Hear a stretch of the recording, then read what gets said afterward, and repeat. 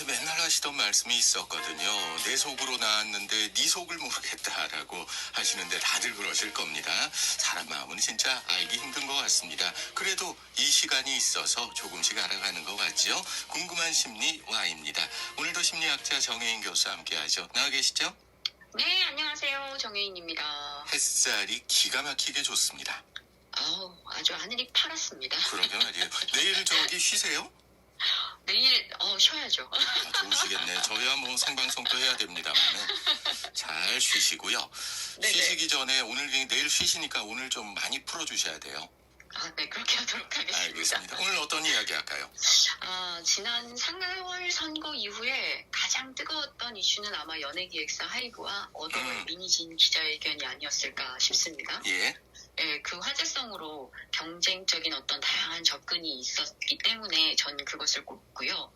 4월 말 어떤 특정일에 전체 기사 건수가 2,538건이었는데요. 이 중에 6.2%인 157건이 하이브 언급 기사였어요. 예. 저는 사실 이 상황을 보면서 고래 싸움과 새우 등에 관련된 속담과 함께 어떤 특정 드라마의 대사가 생각이 났었습니다. 특정 드라마의 대사 무슨 대사일까요? 고래 싸움에 새우 등 터진다라는 속담이 있다. 이때 새우가 고래를 이길 수 있는 방법이 뭔가? 이 물음에 새우의 몸집을 고래만큼 키우면 됩니다. 고래 싸움에서 새우가 이기는 방법은 없습니다. 할아버지께서 원하신 것은 정답이 아니라 고래 싸움에도 새우가 살아남고 이기기를 바라는 할아버지의 마음을 지지해주는 격려와 응원이죠. 손자가 할아버지가 물었는데 이렇게 대답했다고요? 네, 맞습니다.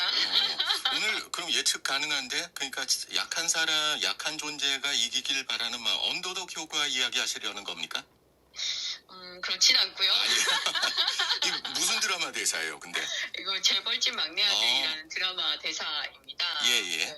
사실 제가 밑도 끝도 없이 어떤 사회적인 이슈에 대중들의 시선이 쏠려 있는데 처음에 저는 그 이야기에서 어떤 대형 기획사 사이에서 말씀 주셨던 것처럼 새우 등이 터지는 누군가로 생각했던 것 같고 새우가 그래도 좀 이기면 어떨까?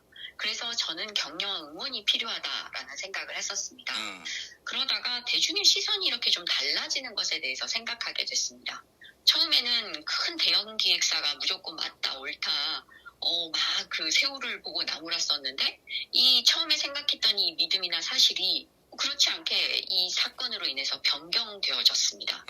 그래서 저는 여기에서 침묵의 나선 이론이라는 어떤 여론의 형성 과정이 작용하게 되었다라는 생각을 했고요. 예. 그래서 여론이 어떤 한 방향으로 쏠리는 모습이 마치 나선 모양과 같은 이 침묵의 나선 이론으로 이것을 들여다보기 시작했습니다. 특히나 침묵의 나선 이론, 정치나 언론 이런 쪽에서 많이들 쓰는 그런 건데, 잠깐만요. 이게 제가 누가 말한 건지 알았거든요. 생각이 안 나. 여성이었는데 생각이 안 나네. 네, 맞습니다. 예. 이게 독일의 정치학자인데요. 엘리자베스 노엘레 노이만이라는 사람이 네, 처음 맞아요. 주장한 것입니다. 예. 어떤 윤리적인 문제나 공공의 문제에 관해서 어떤 주관적인 생각을 표하는 경우에 이런 것이 종종 관찰되는데요. 사람들은 자신의 의견이 사회적으로 우세한 다수 의견에 속하면 마음의 안정을 갖고 적극적으로 동조합니다. 근데 왠지 소수 의견에 속하면 다른 사람한테 나쁜 평가를 받거나 사회적으로 고립되면 어떡하지 하는 두려움 때문에 침묵하게 된다는 것입니다. 그러게 말이에요. 그러니까 아예 입 다물어 버리는 거잖아요. 자기 의견을 표하지도 않고. 그러다 보니까 소수 의견은 점점 소외되는 것 같아요. 네, 맞습니다. 그래서 여기에서 어떤 개인의 의견 표명 차이가 발생하는 원인으로 인간이 지닌 어떤 근원적인 심리 중에 하나인 사회적 고립의 두려움을 내세워서 노이만 설명하고 있습니다. 그래서 사람들은 자신이 속한 공동체나 사회로부터 거부당하거나 소외되는 것에 대한 두려움을 가지고 있고 이를 회피하기 위해서 다수의 여론의 향방을 끊임없이 확인하고 구분하고 내가 어디에 속하면 좋을지 줄타기를 하는 거죠. 예. 이러면서 이것에 대한 근거 자료를 수집하기 위해서 미디어를 통해 여론의 분위기를 파악하는 것입니다. 그러게 말이에요. 그러니까 우리가 댓글이 많이 달리는 것도 좋지만 무풀이 제일 무섭다 그러잖아요. 그러니까 사람들이 계속 여론 관심을 두고 여론 만들고 또 거기에 따라가고 동조하고 그러는 것 같아요. 네, 맞습니다. 이렇게 고립되는 것에 대한 어떤 두려움이 생기기 때문에 사람들이 속한 공동체나 사회에서 다른 이들에게 부정적으로 평가받거나 판단됨에 따라 자신의 평판을 잃게 될까봐 계속 뭔가 주시하게 되죠. 예. 이러면서 사람들의 성격적인 특성에 따라서 이것은 또 달라질 수도 있고요.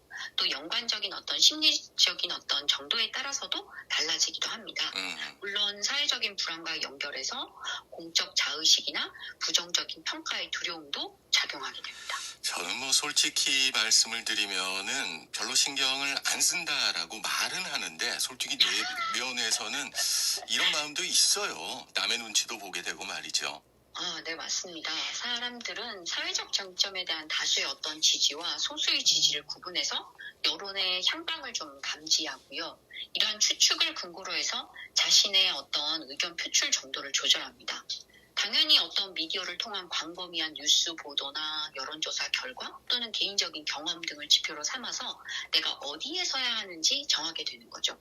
이를 위해서 끊임없이 자기 검열을 하고 자기 검시를 하고 이렇게 되는 겁니다. 예. 그러니까 지금 말씀하신 걸 정리해 보자면은 사람들이 자기 생각이 분명히 가지고 있어요.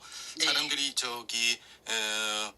뭡니까 사슴을 보고 다들 말이라고 하는데 내 눈에는 분명히 사슴이란 말이에요. 근데도 다수의 의견이 그러면은 따라서 사슴으로 간다는 거잖아요. 말로 네, 간다는 맞습니다. 거잖아요.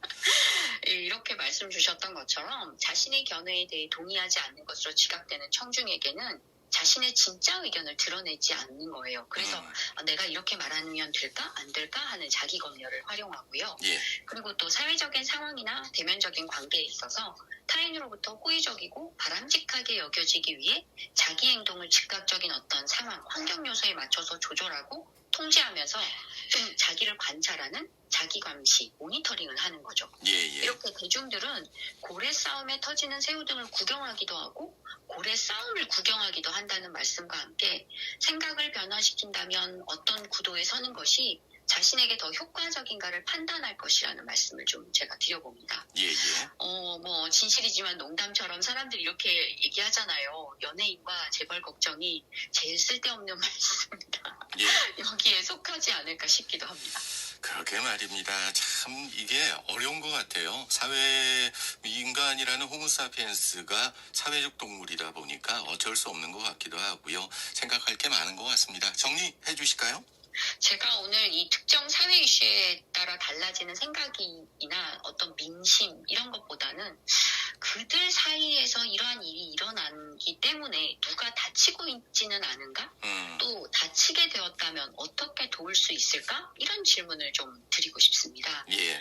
대형 기획사들 사이에서 이리저리 치이고 있는 연예인이 되기 위해서 끊임없이 연습하는 연습생들이나 또 자기에게 마련된 자리나 어떤 하나의 목적을 위해서 끝까지 달려가고 있는데 그것이 만약에 사라져버린다면 이 목적 뒤에 허탈과 우울은 그들을 아마 사지로 내몰지도 모른다는 걸 생각을 좀 해보셨으면 좋겠고요. 예. 화려함 뒤에 숨어있는 어떤 그들만의 또 다른 노력에 대해서도 한번 생각을 해보셨으면 좋겠습니다. 알겠습니다. 여론이라든가 대중, 집단 이런 것들이 어느 때보다도 좀 고민해야 될 그런 시대가 아닌가 합니다.